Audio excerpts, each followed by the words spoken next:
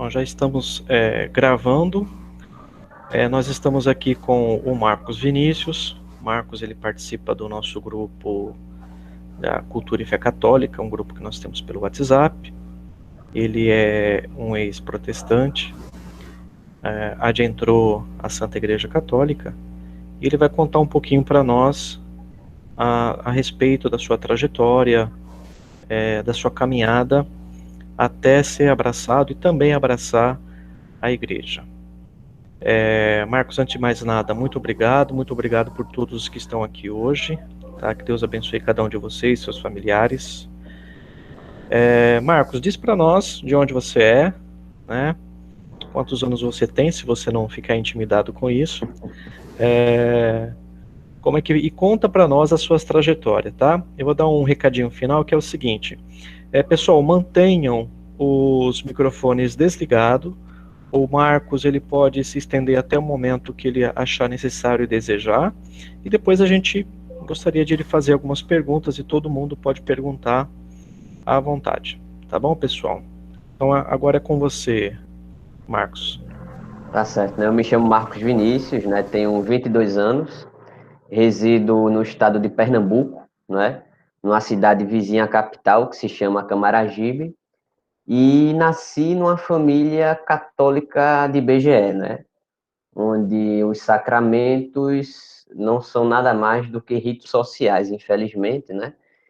E, claro, pela graça de Deus, eu fui batizado, recebi o batismo ainda bebê, e lembro-me, né, de frequentar a missa com minha mãe até os 4 anos, né, que foi quando ela engravidou da minha irmã. Eu tenho uma irmã, né, somos só eu e ela aqui na família. E daí em diante, minha mãe, ela foi diminuindo a frequência até que ela parou, né? Ela tinha um pouco ainda da prática católica. E eu tinha muitas lembranças boas, né, dessa época, assim, na minha infância, né? Algumas músicas marianas, né, que a gente aprende na infância, né, Mãezinha do Céu, Eu Não Sei Rezar, e eu sempre trouxe muito isso, né, na minha memória de criança. Só que eu tinha uma vizinha até aqui de porta, que ela trabalhou aqui na minha casa, né, como empregada, e eu peguei muito amor, né, pela família dela. Eu ia muito e conversava muito com os pais dela, que são já idosos, e eles eram assembleanos, né. E como todo bom protestante no Brasil, né? Isso, infelizmente, para uma meia-culpa dos católicos, conhece às vezes muito mais, né, as Sagradas Escrituras do que muitos católicos. Eles começaram, né, claro, na mente deles a me evangelizar, porque eu filho, né, de uma família católica, né, precisava ser evangelizado e sair da idolatria que existe na Igreja Católica, né, na mentalidade dos protestantes, mas sempre com muito respeito, né, e iam me contando a história de Moisés, né, como Moisés havia sido colocado ali no cesto, sabe, e aquilo sempre me encantava muito, né. Eu sempre fui uma criança muito marcada, assim, pela religiosidade, e cresci escutando essas histórias, né, inclusive quando eu tinha 7 anos de idade eu ganhei uma Bíblia ilustrada de Testemunha de Jeová, né. Então, assim, as minhas influências religiosas na minha infância, elas foram muito diversas, né? Era esse catolicismozinho de berço que eu tinha muito fraco, vizinhos assembleanos de Deus, uma Bíblia ilustrada de Testemunha de Jeová, e, assim, para piorar, né, pela formação que nós temos da Rede Globo, eu também comecei a me interessar pelo espiritismo, né? Principalmente depois que passou uma novela chamada Alma Gêmea, e a reprise de uma novela chamada A Viagem. E eu me encantei com aquela coisa, né, de reencarnação, né? E eu confesso que, desde então, eu comecei a adotar uma cosmovisão espírita, né? Eu tinha, o quê? Acho que 8 anos na época. Com 12 anos eu me lembro de... Para você ver, nessa época todo mundo ia na Lan House para jogar Counter-Strike, Need for Speed, GTA, né? Para quem aqui é da minha geração sabe muito bem, eu botava 1 hora para, adivinha o quê? Para assistir Chico Xavier, né? Com 12 anos, eu assisti os trechos que tinha de um programa chamado Pinga Fogo na TV Tupi, com Chico Xavier, né? Acho que você Conhece, né? Já que você também passou pelo espiritismo, pronto. Então, eu me encantei por Chico Xavier, né? Chico Xavier, para mim, virou praticamente, assim, um santo, né? Eu tinha ele como um santo, né? E eu não, porque Chico Xavier é um cristão de verdade, né? Não é que nem esses crentes, porque eu já vi um pouco, né? Digamos assim, da hipocrisia, né? Religiosa e, enfim. E aí eu dizendo é que nem esses crentes que gostam de andar com a Bíblia e apontar o dedo na cara dos outros, né? Também não é que nem esses católicos, enfim. Mas você veja, eu tinha uma formação religiosa, como todo brasileiro, para falar a verdade, né? A gente tem influências muito confusas, né, na nossa formação, né? A gente não tem um país de uma fé católica, de fato, muito forte, na doutrina mesmo, às vezes é um catolicismo muito superficial, um catolicismo sincrético, então, assim, a influência, muitas vezes, da gente é assim, né, um domingo indo na missa, outro domingo indo numa Assembleia de Deus, outro domingo indo no centro espírita, e, enfim, durante muito tempo, eita, gente, já a minha internet vai dar um breakzinho, porque começou a cair uma chuva aqui, mas é rapidinho, é coisa de 1 minuto, 2, e vai voltar, eu vou travar por enquanto. Enfim, eu vou continuar falando, né? E se eu travar e vocês depois dizem.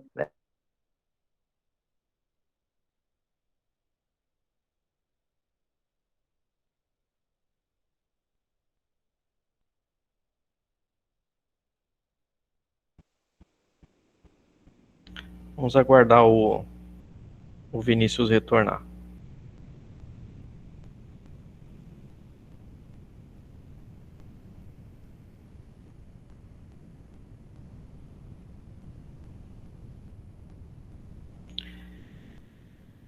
Os problemas técnicos, né?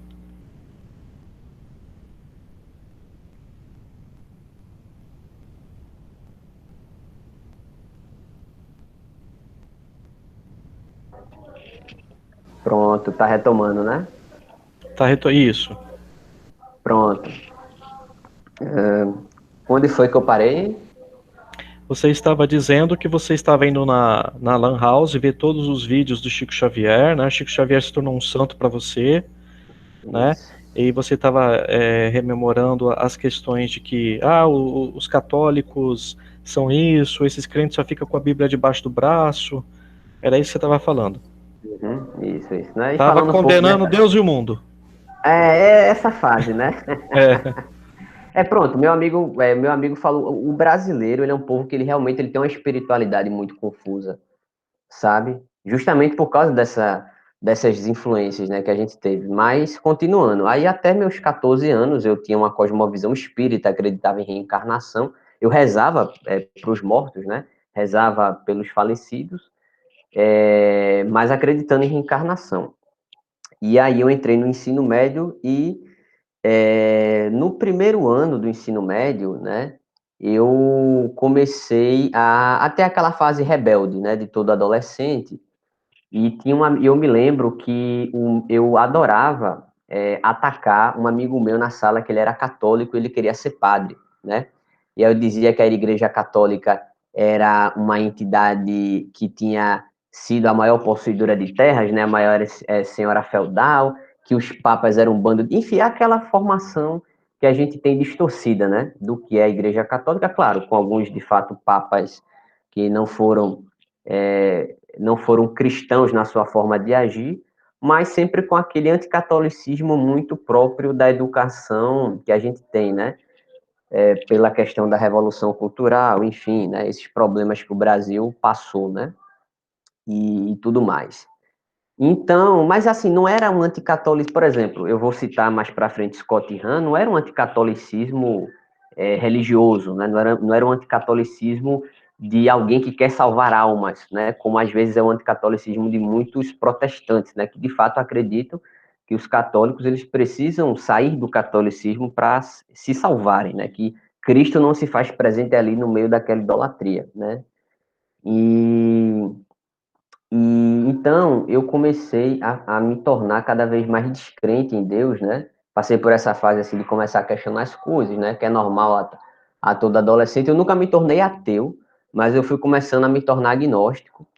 E nesse ano, é o ano de 2012, né? Eu estou com 15 anos, eu participo do EJC, o Encontro de Jovens com Cristo.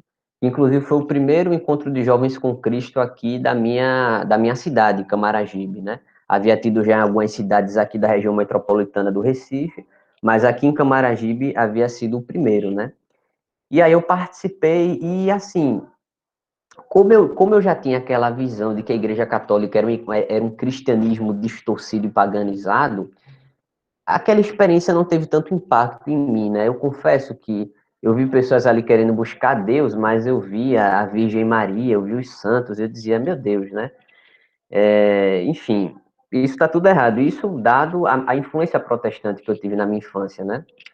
Então, quando eu adentrei no agnosticismo, eu falei para mim, não, se um dia eu vier a ser cristão, eu vou ter que ser evangélico, né? Porque a Igreja Católica é uma igreja que se corrompeu, né? E Martinho Lutero e os reformadores colocaram a coisa no lugar. Era essa a visão que eu tinha, né? Só que aí eu não queria nada, né? Com a religião organizada, né? Eu tinha aquela visão de que havia muita hipocrisia, de que havia muita corrupção, e eu queria ser aquela coisa, eu, Jesus, meu Jesus e eu, né? Aquela coisa do crente desigrejado também, que está muito comum no meio protestante, evangélico atual. E em 2013, né, eu continuando 2012, 2013, essa experiência do EJC, ela não vingou em mim. Eu não quis pegar um catecismo, né, eu confesso, né, nunca quis tirar dúvida com o padre nessa época, porque já era algo muito certo para mim de que aquilo não tinha base bíblica nenhuma, né, ou seja, eu já tinha uma formação muito, assim, petrificada. Só que aí eu adentrei no agnosticismo, né? E comecei a ter aquelas amizades assim da gente ir para show de rock, né? Comecei assim, a beber um pouquinho, claro, eu nunca tive aquela vida de Santo Agostinho, né? Nunca fui um grande pecador, mas tive a minha fase de curtição, né? Ia para show de rock, né? Já entrei em algumas rodas punk, esse tipo de coisa, né? Tomava um vinhozinho assim de vez em quando, né? Aí, isso aí, assim, né? Um dia, quem sabe. Aí eu pensava muito assim, sabe? Não, no dia que eu me casar, sabe? Aí eu vou, né? Eu vou ter que virar pai de família. Aí talvez eu comece a ir numa igreja dessas daí, né? Sei lá, eu dizia assim, talvez eu comece a ir na igreja batista, porque eles são assembleanos, sem aqueles costumes rígidos. Né? Pra você ver até a minha ignorância do que era o protestantismo e do evangelicalismo, né? Em 2015 uma série de coisas aconteceram na minha vida, onde muito desse mundo que eu tinha, que era o mundo do agnosticismo, que era o mundo do materialismo, começaram a perder o sentido para mim, né? Eu tive uma decepção muito grande com um amigo e aquilo me marcou muito. E pela graça de Deus, né? A vizinha aqui do lado, quando ela se mudou, o neto dela, ele ainda é evangélico, né? É da Igreja Batista que eu fazia parte. E a gente começou a ficar amigo, né? E ele me chamou para ir para a Igreja Batista com ele. E no começo eu fui só para querer estreitar laços, né? Eu era agnóstico, né? Mas até uma coisa que eu queria comentar, embora eu fosse agnóstico, do ponto de vista moral, eu dizia que a moral cristã era aquela que havia atingido a perfeição, né? Eu olhava a religião de um ponto de vista muito moralista, muito kantiano, né? Depois eu vim descobrir, né, que é uma visão kantiana, quando me aprofundei mais em filosofia. Então eu dizia que do ponto de vista das religiões reveladas, que eu não acreditava, quando eu comparava o judaísmo ao islamismo, quando eu comparava religiões animistas ou naturais como Umbanda, como Quimbanda, e comparava com a moral cristã, eu dizia, não, essa daí, ela, o cabo se endireita, né, quando entra nela. Então, assim, até pelos meus amigos evangélicos, né, e assim, o meio evangélico, ele é muito famoso, né? Porque você tem muitas pessoas realmente que vivem vidas de pecado grosseiro, né? E se convertem, têm experiências de conversão muito profundas, né? Na Assembleia de Deus, principalmente, né? Até mesmo na Igreja Universal, com todos os absurdos ali dentro, a gente vê muitas, né, conversões que mudam, né? Conversões radicais, né? Do ponto de vista, era isso que o Fábio aí falou, eu era uma espécie de Pondé, né? Eu era um agnóstico à la Pondé, né? E via, né, essa superioridade moral do cristianismo, né? E eu dizia que, eu falava, olha, eu tenho dúvida se Deus um dia revelou uma religião, sabe? Mas se tem alguém que eu vejo que chegou perto de um homem perfeito, esse foi Jesus Cristo, né? E eu vejo que aqueles que se esforçam para ser como Jesus Cristo, né? Aí tem os santos católicos, que embora eu considerasse ainda uma prática de idolatria, mas o exemplo da vida deles, eu dizia, não, era esses daí que realmente seguiram a Cristo, né? Não são que nem os papas, não são que nem essa religião institucionalizada, né? Porque eu também fazia essa coisa, existe a instituição religião, que isso é até uma ideia de Leonardo Boff, né? A religião institucionalizada e a religião realmente dos santos, né? Então, eu tinha essa historiografia de que os verdadeiros cristãos sempre tiveram embate com esse cristianismo institucionalizado. Mas, enfim. E aí eu comecei a ir na Igreja Batista e, devido às decepções que eu tive, né, nessa vida mundana que eu estava tendo, eu falei, não, assim, se eu for arrumar realmente uma esposa, uma namorada, uma mulher para querer namorar, noivar e casar, vai ser realmente uma evangélica, né? E eu comecei a frequentar aqueles cultos mais do ponto de vista moral. Inclusive, eu posso dizer que a minha conversão a Cristo, ela começa do ponto de vista moral, né? Eu vou para a igreja e eu vou vendo o quanto aquele sermão do pastor, ele realmente fala ao meu coração, ele realmente me impele a ser um homem melhor, sabe?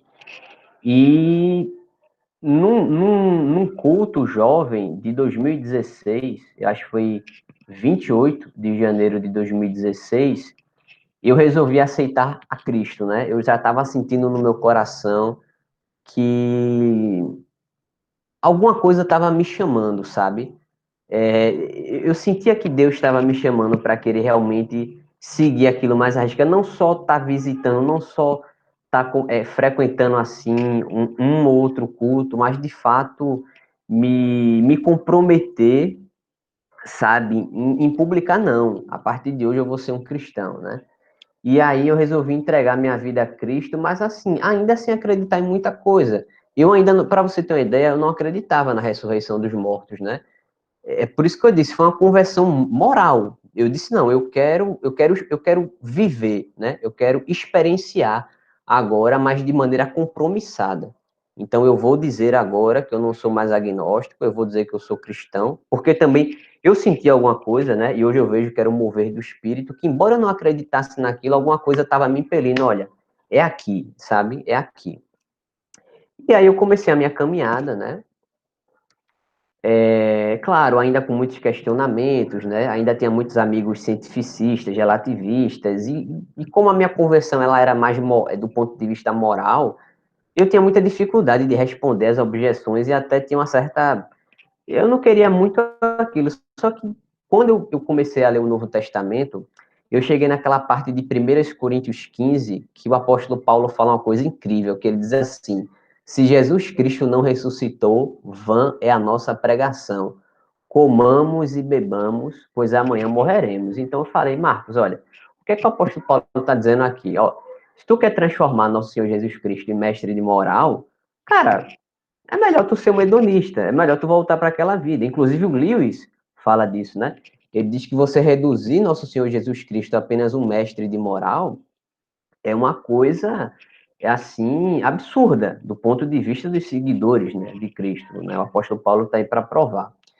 Então eu falei, não, eu preciso realmente ver se esse Jesus que eu acredito ele existiu e se existem razões fortes para eu acreditar nele. E aí foi que aconteceu uma coisa muito interessante, que eu digo que foi aí que começou o meu caminho para a Igreja Católica. Nessa época eu conheci o filósofo e teólogo William Lane Craig, né? Através de um amigo meu que ele gostava muito de apologética. Então eu disse, não, pronto, eu preciso agora ter as bases racionais da minha fé. E eu acho isso muito interessante porque o meio evangélico brasileiro, sobretudo o meio pentecostal, e um pouco também dos batistas, é um meio muito... Hoje nem tanto, né? Hoje nem tanto, claro. Quem estiver assistindo e for batista e pentecostal não se doa. Mas durante muito tempo era muito baseado num certo irracionalismo, sabe? Era aquela coisa de que a fé é uma espécie de salto no irracional, de que a gente não pode botar muita filosofia no meio, né? E nessa época eu nem sonhava que os grandes padres da igreja eram filósofos, né? Vinham da filosofia grega, como o Justino Mártir. Mas aí foi quando eu comecei a ter contato com esses autores mais intelectuais e que eram cristãos. E quando eu li William Lane Craig, eu falei, cara, o cristianismo, ele não é só mais uma fé, ele é a fé no acontecimento objetivo, ele é a fé num fato histórico, num fato documental, né? Numa ação histórica, né? Do verbo se encarnar. E isso é algo assim, eu fiquei estupefato, né? Quando eu vi o Craig, ele dá as evidências arqueológicas, ele utiliza argumentos, né, da época que faziam com que você visse que a historicidade dos evangelhos era muito mais crível do que você colocá-los em dúvida. E eu me apaixonei, né, pelo William Lane Craig, né, e fui mais atrás da apologética cristã e percebi que ele citava muito Platão, ele citava Aristóteles, né, como sendo as duas referências da filosofia clássica pagã, e citava Agostinho e Tomás de Aquino como sendo os cristianizadores dessa filosofia, né? Agostinho com platonismo e Tomás de Aquino com aristotelismo. E nessa época, eu conheci um colega meu que ele era católico e ele já tinha sido da Assembleia de Deus. E aquilo me deixou impressionado, porque é difícil, né? Você ver alguém que sai do meio do meio evangélico para o meio católico, né? E aquilo me deixou intrigado, mas também eu não quis perguntar. E aí eu estava tendo alguns problemas na época com um certo assunto, e ele disse, Marcos, eu tenho um curso para te enviar. Aí ele vai te ajudar. E quando ele me enviou, eu vi que era um curso do Padre Paulo Ricardo, né? E eu comecei a assistir, né? E aí o Padre Paulo Ricardo começava um curso pedindo a intercessão da Virgem Maria, e eu dizia, não, tudo bem, né? Eu vou relevar aí o que tiver de catolicismo. Só que com o passar do curso, eu comecei a ficar impressionado. O Padre Paulo, ele falava muito parecido com o pastor, né, da minha igreja, da minha antiga igreja, porque ele falava de arrependimento, ele falava de mudança de vida, de mudança de mente. E eu nunca tinha visto um padre católico falar desse jeito, né? Os padres aqui da paróquia que eu frequentava, eles eram muito fracos. Uma homilia realmente sentimental. Depois que eu fui descobrindo que a teologia da libertação, eu vi a influência aqui na minha paróquia, mas eu vou contar disso mais adiante. E eu vi ele falando coisa do evangelho, ele no pré-epístola dos Gálatas, Romanos, e eu falei, caramba, esse padre, ele tá bem, assim, bem forte, né? Eu comecei a me impactar bastante com a pregação do padre Paulo Ricardo. E ele também começou a citar, na época eu estava me preparando para prestar o Enem para entrar em psicologia, e ele começou a citar os terapeutas do deserto, né? Santo Isaac de Nínive, São João Clímaco. E eu falei, cara, eu nunca escutei o nome desse pessoal. E aquilo me deixou com a impressão de que, assim, poxa, a ideia que eu tinha, né, é a ideia que, inclusive, ainda é muito forte no meio evangélico, né, é de que o cristianismo ele começa a se perder em Constantino e tudo que se produziu aí é um cristianismo pagão, né, paganizado. Só que eu vi que eram autores do século V, do século VI, VII, VIII, e eu falei, não, esses homens não são... Eu não estou vendo paganismo aí nesses homens, eu estou vendo, inclusive, uma água muito cristalina, né? Assim, era algo que eu não via, né, em alguns autores protestantes que eu estava tendo contato. Claro, o Craig era um autor protestante que eu tinha muito contato, que eu admiro muito ainda hoje, mas do ponto de vista apologético, né? E querendo ou não, as referências do Craig são referências católicas, né? Agostinho, São Tomás de Aquino, claro, ele usa Leibniz, que é um protestante, mas você vê que a estrutura do método do Craig é uma estrutura aristotélico-tomista, que é a estrutura que a igreja ainda utiliza hoje, né? Na sua definição dos dogmas, ainda muito na sua linguagem filosófica. E aí eu fui me impressionando, né? E aí eu fui assistindo os vídeos do Padre Paulo, e aconteceu uma coisa muito interessante, né? Que foi junto com a minha jornada, que assim, até então, depois que eu me converti na Igreja Batista, eu tinha a seguinte visão: olha, existe sim salvação dentro da Igreja Católica, mas os católicos eles têm que ser maus católicos, né? Ou seja, isso é uma visão até que muitos evangélicos têm, né? Não, ele não pode se ajoelhar diante da imagem, né? Ele não reza mais Ave Maria, ele tem que ser um católico protestante, no final das contas, né? Ele tem que estar de corpo na Igreja Católica, mas ele já tem que estar com a mentalidade protestante. Então, era essa a visão que eu tinha. Só que quando eu conheci o Padre Paulo, eu tive uma certa perplexidade, eu falei, cara, eu não consigo dizer que esse homem não é cristão, né? E não era no sentido de, assim, não, ele assim, essa coisa, né? Ele é um católico protestante. Não, eu vi que ele era um católico que falava da Virgem Maria com amor, ele tinha todas aquelas práticas católicas, e falei, meu Deus, eu não consigo dizer que ele é um homem, sei lá, pagão, idólatra, né? Eu não consigo, né? Aquilo me deixou muito perplexo. E aí eu fui vendo mais vídeos dele, fui vendo mais vídeos dele. Aí eu fui assistir o curso dele de Teologia da Libertação. Foi aí que eu entendi, né, muito dos problemas da igreja aqui no Brasil. E aí foi quando ele falou do Padre Pio, nesse vídeo, né? E, cara, quando ele falou do Padre Pio, dos milagres do Padre Pio, e eu fui vendo os milagres que haviam nos santos católicos, eu fiquei impressionado. E eu disse, isso só pode vir de Deus, né? Claro, alguns protestantes ou evangélicos mais radicais, eles vão dizer que é o diabo, alguns chegam a dizer, outros preferem se calar. E eu fiquei nessa, olha, eu prefiro me calar, mas assim, tá sendo muito difícil eu negar que existe uma mística aí, algo muito forte, né? Que eu ainda não entendia e que se apresentava na vida daqueles homens, né? Que não eram maus católicos, que não eram católicos protestantes, né? Como eu tinha, que o católico, para ser salvo, ele tinha que ser um católico de mentalidade protestante. E tinha um amor imenso à Virgem Maria, sabe, e eram mártires, né? Eu vi um pouco a cena daquele filme da Cristiada, onde tem um daqueles, acho que é San José ou San Juan, que é um pequenininho, sabe, que ele morre dizendo Viva Cristo Rei, e ele é torturado, sabe, e ele é católico.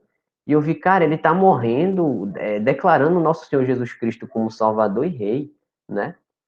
E isso foi, né, assim, eu fui vendo, e assim, aí eu entro naquela fase que Chesterton diz, né, Chesterton diz que existem 3 caminhos de conversão para a Igreja Católica.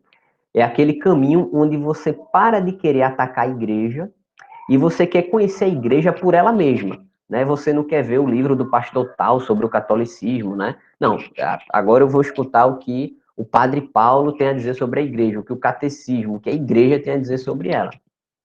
E aí eu fui vendo os vídeos do Padre Paulo, né? Fui vendo até alguns vídeos sobre a reforma protestante, ele falando. E aquilo foi começando a fazer sentido para mim. Só que ainda tinha muitas coisas assim no catolicismo que eu não queria me aprofundar tanto, né? E também eu já estava na Igreja Batista, eu tinha tido uma experiência de conversão lá, e eu acabei me acomodando. Eu disse, não, eu vou ficar aqui e considero os católicos irmãos em Cristo, né? Comecei a considerar os católicos, isso, São José Sánchez. Comecei a considerar os católicos como meus irmãos em Cristo, né? Inclusive, até em alguns momentos na igreja, eu soava bem católico em algumas coisas, né? E começou uma coisa até engraçada, que, assim, o protestantismo, ele não tem um magistério, né? Ele não tem um magistério unificado em termos de moral.